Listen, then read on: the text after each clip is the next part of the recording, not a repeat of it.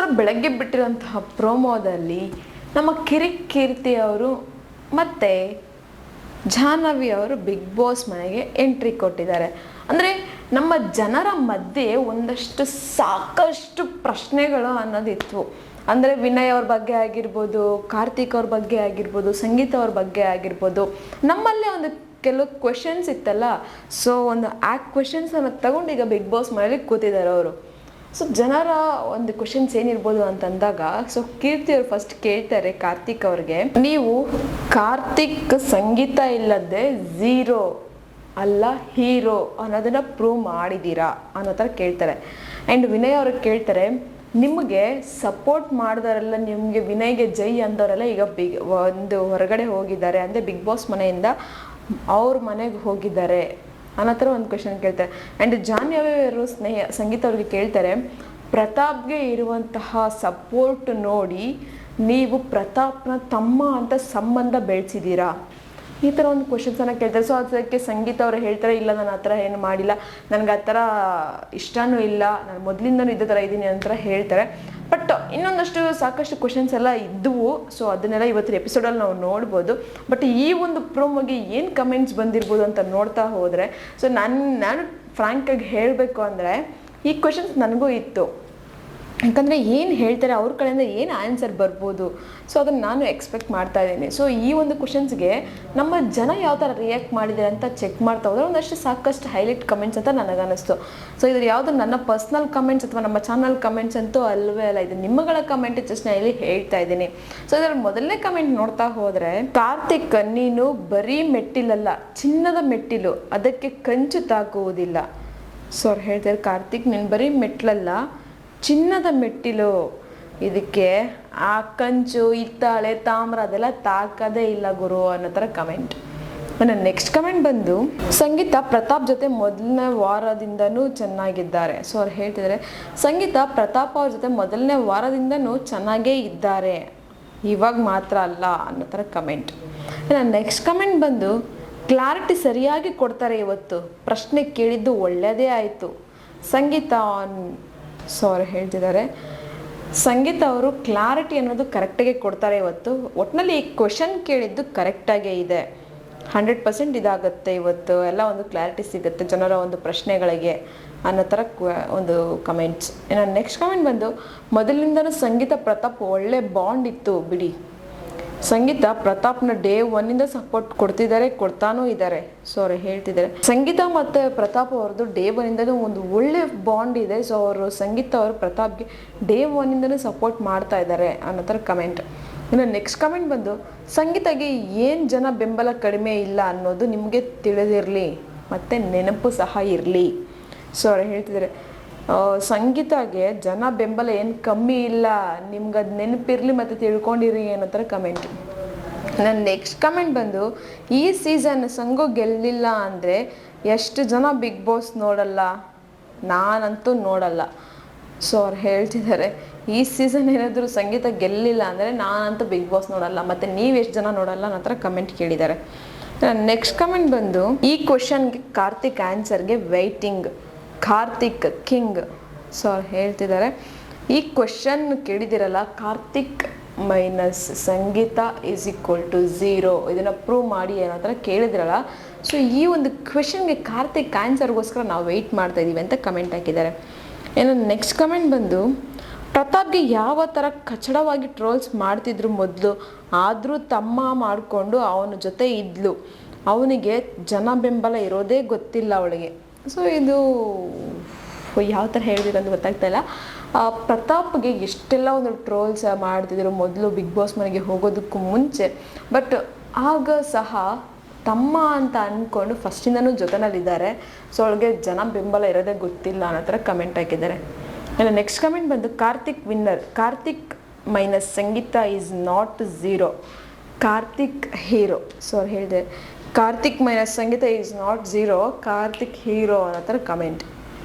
ಇನ್ನು next comment ಬಂದು, ಸ್ವಲ್ಪ ದಿನ ವಿನಯ್ನ ಹಾಳು ಮಾಡಿದ್ಲು, ಇನ್ನು ಸ್ವಲ್ಪ ದಿನ ಕಾರ್ತಿಕ್ನ ಹಾಳು ಮಾಡಿದ್ಲು. ಇವಳ ಕೆಲಸ ಇದೆ ಅನ್ಸುತ್ತೆ, ಆಚೆನ ಹಿಂಗೆ ಅನ್ಸುತ್ತೆ. ಹುಡುಗರನ್ನ ಹಾಳು ಮಾಡಿ ಇವಳು ಮೇಲ್ ಬಂದಿರೋದು ಇವಳ ಕೆಲಸ. ಸೊ ಅವ್ರು ಹೇಳ್ತಿದ್ದಾರೆ ಸ್ವಲ್ಪ ದಿನ ವಿನಯ್ ಅವ್ರ ಜೊತೆ ಹಾಳು ಮಾಡಿದ್ರು, ಅಂದರೆ ಅವ್ರ ಜೊತೆ ಇದ್ಕೊಂಡು ಅವ್ರನ್ನ ಬಾಡಾಗಿ ಪೋಟ್ರೆ ಮಾಡಿದ್ರು. ನಾನು ಸ್ವಲ್ಪ ದಿನ ಕಾರ್ತಿಕ್ನ ಪೋಟ್ರೆ ಮಾಡ್ತಿದ್ದಾಳೆ, ಬರೀ ಇದೇ ಕೆಲಸ ಅನ್ಸುತ್ತೆ. ಬರೀ ಹುಡುಗರನ್ನ ಹಾಳು ಮಾಡಿ ಇವಳ ಮೇಲೆ ಬರೋದು, ಇವಳ ಕೆಲಸ ಬೇಯಿಸ್ಕೊಳ್ಳೋದು ಅನ್ನೋ ಥರ ಕಮೆಂಟ್.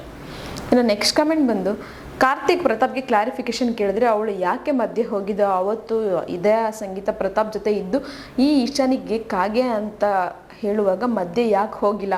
ಬಹುಶಃ ಸಿರಿ ಆ್ಯಂಡ್ ನೀತುಯಿಂದ ಹೊರಗಡೆ ಪ್ರತಾಪ್ನ ಸಪೋರ್ಟ್ ಕೇಳಿ ಬಗ್ಗೆ ತಿಳಿದು ಬಂದಮೇಲೆ ಈ ವಾರದಿಂದ ಪುನಃ ಪ್ರತಾಪ್ ಫ್ಯಾನ್ಸ್ನ ಸೆಳೆಯೋಕೆ ತಂತ್ರ ಮಾಡ್ತಿದ್ದಾಳೆ. ಈ ಬಾರಿ ವುಮನ್ ವಿನ್ ಆಗಬೇಕು ಅಂತ ಅತಿಯಾಗಿ ಪುಷ್ ಮಾಡಿಸಿಕೊಂಡು ಬಂದಿರುವ ಸಂಗೀತಳ ದುರಹಂಕಾರ ಮಿತಿ ಮೀರಿದೆ.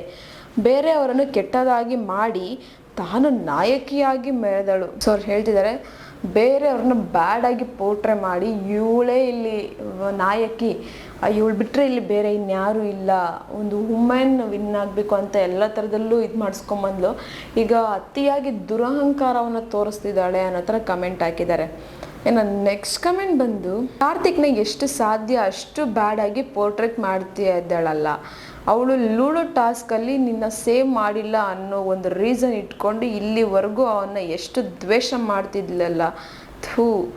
ಅವನು ನಿಂಗೆ ವೋಟ್ ಮಾಡಿ ಇದ್ದಿದ್ರೆ ಫೈನಲ್ ವೀಕ್ ಹೋಗ್ತಾನೆ ಇರಲಿಲ್ಲ, ಅದು ತಿಳ್ಕೊ ಫಸ್ಟ್. ಸೊ ಅವ್ರು ಹೇಳ್ತಿದ್ದಾರೆ ಕಾರ್ತಿಕ್ನ ಎಷ್ಟು ಅಂತ ಇವಳು ಬ್ಯಾಡಾಗಿ ಪೋರ್ಟ್ರೇಟ್ ಮಾಡ್ತಿದ್ದಾಳೆ, ಲೂಡೋ ಟಾಸ್ಕಲ್ಲಿ ಸೇವ್ ಮಾಡಿಲ್ಲ ಅನ್ನೋ ಒಂದು ರೀಸನ್ನ ಇಟ್ಕೊಂಡು ಇಷ್ಟು ದಿನ ಇದ್ರಿಗೆ ಸಾಧಿಸ್ಕೊಂಡು ಬರ್ತಾ ಇದ್ದಾಳೆ.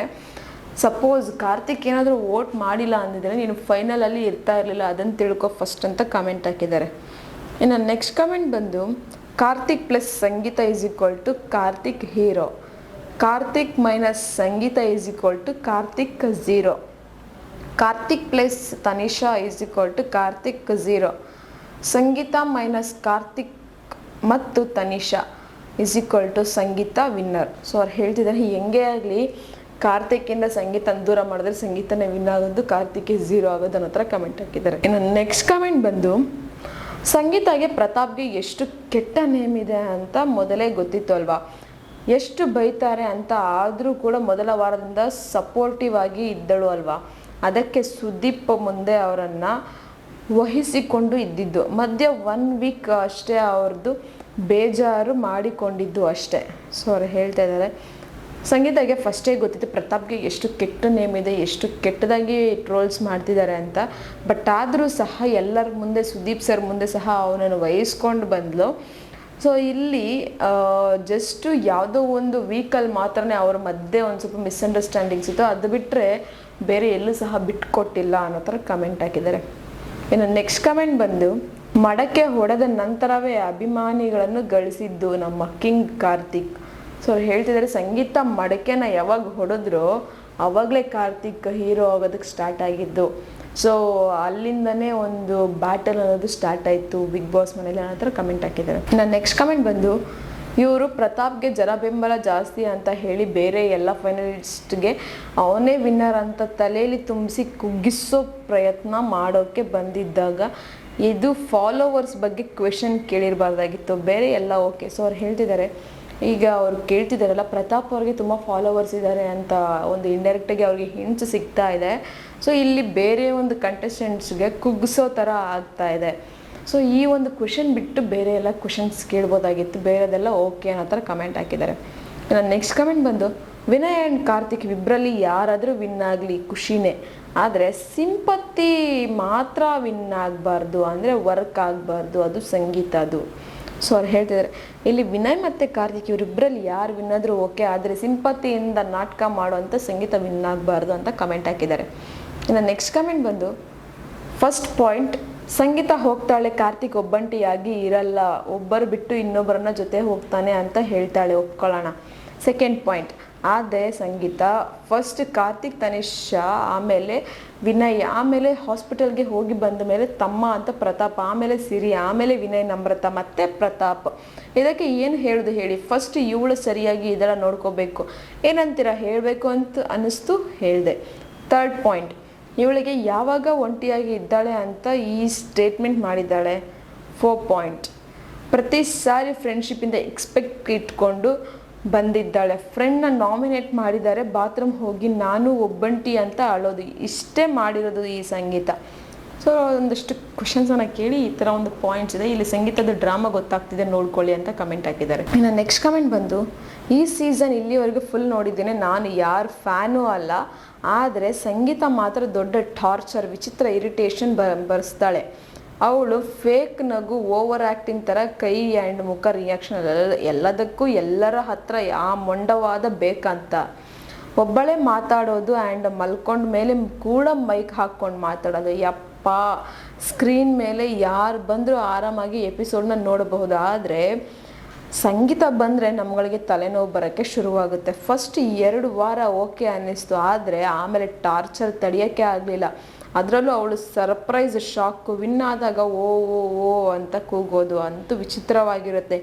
ಇಶಾನಿನ ತಡ್ಕೊಂಡ್ರೆ, ಆದರೆ ಸಂಗೀತನ ಮಾತ್ರ ನೆಕ್ಸ್ಟ್ ಲೆವೆಲ್ ಟಾರ್ಚರ್. ಸೊ ಅವ್ರು ಹೇಳ್ತಿದ್ದಾರೆ, ಇಶಾನಿಗಿಂತಲೂ ತುಂಬ ಟಾರ್ಚರ್ ಅಂದರೆ ಇರಿಟೇಷನ್ ಬರ್ಸ್ತಾ ಇರೋದಂದರೆ ಸಂಗೀತ ಓವರ್ ಆ್ಯಕ್ಟಿಂಗ್ ಅಂತ ಕಮೆಂಟ್ ಹಾಕಿದ್ದಾರೆ.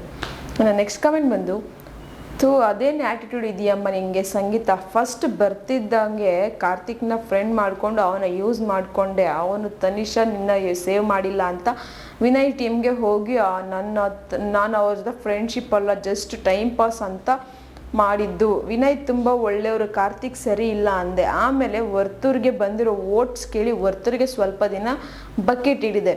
ಇವಾಗ ಪ್ರತಾಪ್ನ ತಮ್ಮ ಅಂದ್ಕೊಂಡು ಅವನ ಛೇಲ ಆಗಿದೆಯಾ, ಬರೀ ಇದೆ ಮಾಡಿಕೊಂಡು ಫಿನಾಲೆವರೆಗೂ ಬಂದಿದೆಯಾ, ನಿನ್ನ ದುರಹಂಕಾರಿ ಸಂಗೀತ.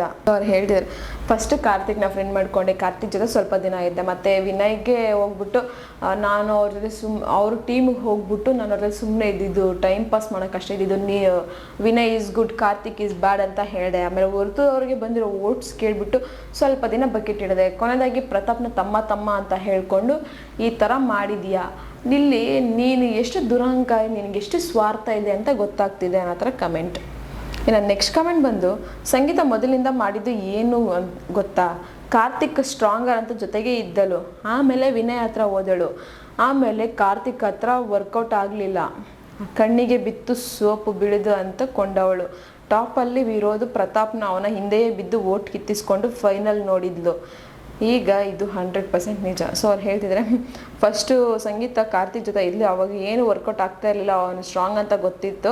ಸೊ ಆಮೇಲೆ ಅದೇ ಟೈಮ್ಗೆ ಸ್ವಲ್ಪ ಕಣ್ಣಿಗೆ ಸೋಪು ಬಿತ್ತು, ಅದೇ ಒಳ್ಳೆ ಟೈಮ್ ಅಂದ್ಕೊಂಡು ಟಾಪ್ 2 ಅಲ್ಲಿ ಇರೋದಕ್ಕೆ ಪ್ರಯತ್ನ ಪಟ್ಲು. ಆಮೇಲೆ ಪ್ರತಾಪ್ಗೆ ಇರೋಂಥ ಸಪೋರ್ಟ್, ಇರೋಂಥ ಓಟ್ಸ್ ಕೇಳಿ ಅವನಿಂದ ಇವಾಗ ಬೀಳ್ತಾ ಇದ್ದಾಳೆ. ಇದು 100% ನಿಜ ಅನ್ನೋ ಥರ ಕಮೆಂಟ್ ಹಾಕಿದ್ದಾರೆ.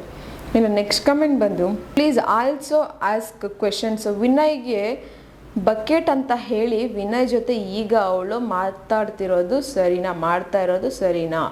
ಏನು ಕಾರ್ತಿಕ್ನ ಎಲ್ಲ ಬಳೆಗಳ ರಾಜ ಅಂತ ಹೇಳಿ ವಿನಯ್ ಅವಳ ಸೆರಗು ಹಿಡಿದು ಯಾಕೀಗ? ಸೊ ಅವ್ರು ಹೇಳಿದ್ರೆ ಒಂದೆರಡು ಕ್ವೆಶನ್ಸ್ ಕೇಳಿದ್ದಾರೆ. ಅಂದರೆ ವಿನಯ್ ಕಾರ್ತಿಕ್ನ ಬಳೆಗಳ ರಾಜ ಅಂದಿದ್ದ, ಬಟ್ ಈಗ ಸಂಗೀತ ಜೊತೆನೆಲ್ಲ ಕೂತ್ಕೊಂಡು ಸೆರಗು ಹಾಕ್ಕೊಂಡು ಕೂತ್ಕೊಂಡಿದ್ದಾನೆ. ಆ್ಯಂಡ್ ವಿನಯ್ ಬಂದ್ಬಿಟ್ಟು ಹೇಳಿದ್ದ ಜೊತೆನಲ್ಲಿದ್ದವಾಗ ಮಾತಾಡಿರೋದೆಲ್ಲ ಕಾರ್ತಿಕ್ನ ತಪ್ಪು, ಬಳೆಗಳ ರಾಜ ಅಂತೆಲ್ಲ ಹೇಳಿದ್ರು. ಬಟ್ ಈ ಕ್ವಶನ್ನ ನೀವು ಕೇಳಲೇಬೇಕು ಅಂತ ಕೇಳಿದ್ದಾರೆ.